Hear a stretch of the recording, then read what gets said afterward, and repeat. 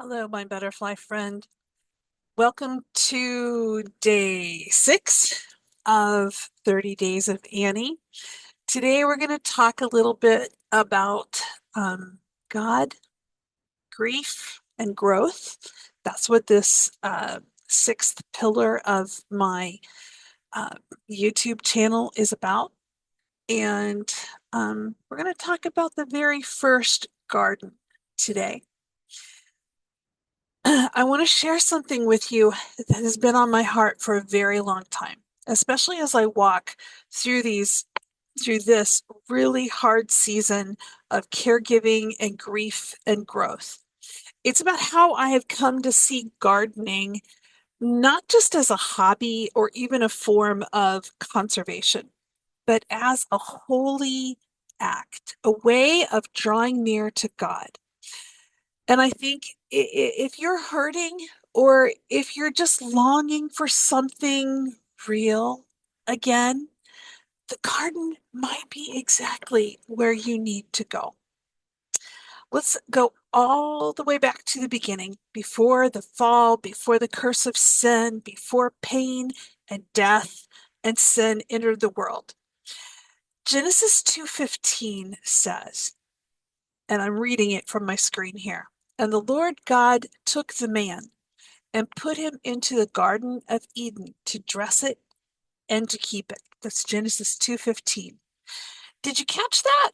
The very first job that God gave humanity was to tend a garden.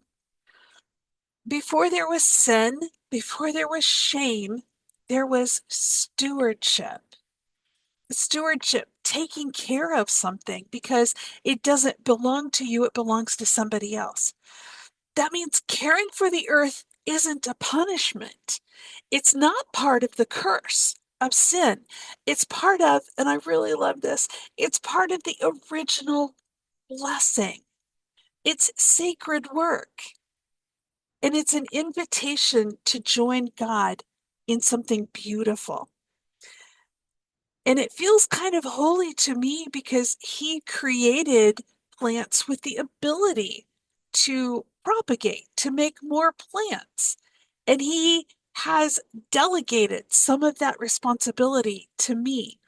And so I love growing seeds and I love propagating sticks and stuff to make more plants. It's really, it's part of the blessing and I really love it. I've been learning over and over again at Mariposa Meadow. Sometimes I learn this with joy, and sometimes I learn it through tears. When life gets overwhelming, I go outside.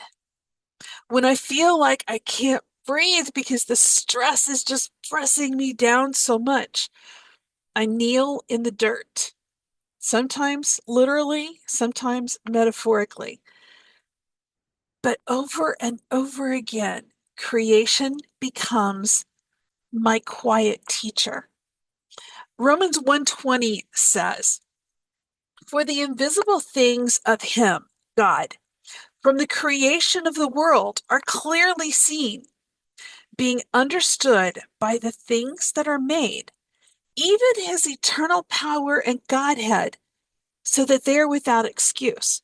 That means that if we take the time to listen and to pay attention, creation will show us God's character. And I see that so clearly in so many things. And through the course of these videos, either the pollinator principles or the meadow moments, I don't know what all, I'm going to share with you what the meadow is teaching me about God. This means that the rhythms of nature, the design of the pollinators, the restoration of the soil, the reestablishment of a healthy habitat and ecosystem, they all reveal something about God. And I think that is so cool. And it's not so that we will worship the created thing, but it's so that we'll remember the one who created it. In this season of my life, as my husband's illness deepens and grief walks a little closer every day. The meadow has become my sanctuary. It has become my chapel. It has become my place of personal worship. Not because it numbs the pain, but because it transforms it. Every native plant that I tuck into the soil feels like a prayer. Every bloom, every flower feels like hope whispering, Annie, it's not over yet. Every bee, every butterfly, and yes, even every beetle and worm remind me that there is life out here, and that life still has beauty, and that God still gives only good gifts. When I kneel in the garden, I'm not escaping grief. It's impossible to escape grief. Instead, I'm meeting God in the midst of it. So, yes, this kind of work is honorable. It's worship when done with the right heart. Stewarding the earth isn't about political movements or trends, although there are political movements and trends. But for me, it's not about that. For me, it's about gratitude. It's about obedience. It's about acknowledging that this earth is not ours. It belongs to God. We are caretakers, not owners. Psalm 24:1 says, "The earth is the Lord's, and the fullness thereof," means everything, "the world and they that dwell in it." Oh, excuse me, they that dwell therein. And when we tend it, when we nurture it, when we protect it, we're saying with our hands and our feet, I see you here, God. I'm listening. And that is just so precious to me. So many lessons to learn outside. If you have felt far from God lately, if church feels hard, if life feels heavy, could I gently suggest something to you? Go outside. Go outside. Find a patch of dirt. Plant something. If you can't plant something, sit under a tree. Watch a bee work. Go for a walk in the country. Take your grief, your weariness, your praise, and bring it to the garden. Because the same God that walked in the garden with Adam and Eve wants to walk in the garden with you.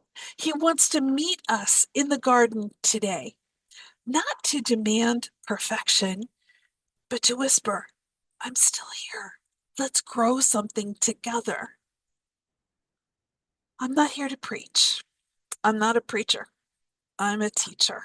And I'm just sharing my heart here. I'm sharing what's helped me.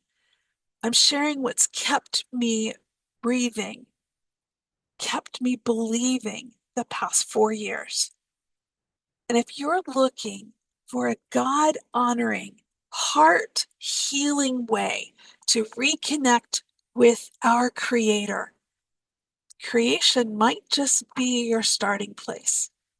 Not to worship the trees or the wildflowers or the sky, but to worship the one who painted the petals just for you, who hung the stars just for you, who formed you from dust and called you very good.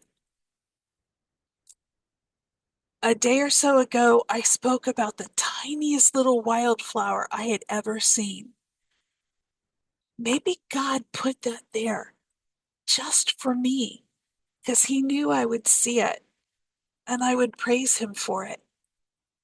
What is God putting in the garden just for you so that you could stop and see it and thank him for it? Thank you for spending time with me today. I pray that you will spend time with God, your creator, as well. Until next time, keep your eyes open, keep your hands in the dirt, your heart tuned to the quiet lessons of the garden. There's glory growing out there in the garden, and God's waiting to meet you there. Have a good day. Have a blessed day. Bye bye, butterfly.